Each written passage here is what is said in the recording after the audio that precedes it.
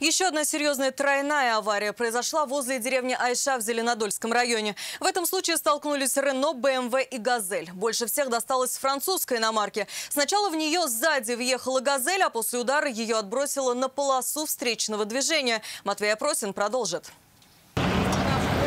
В аварии пострадала девушка, управлявшая автомобилем Рено Сандеро. Автоледи жаловалась на боли в ноге и заметно хромала. Впрочем, от госпитализации она все же отказалась. Газель врезалась, отлетела. По предварительным данным, водитель Рено остановилась на перекрестке, чтобы повернуть налево. Выполнить маневр ей помешала Газель, которая протаранила французскую иномарку сзади.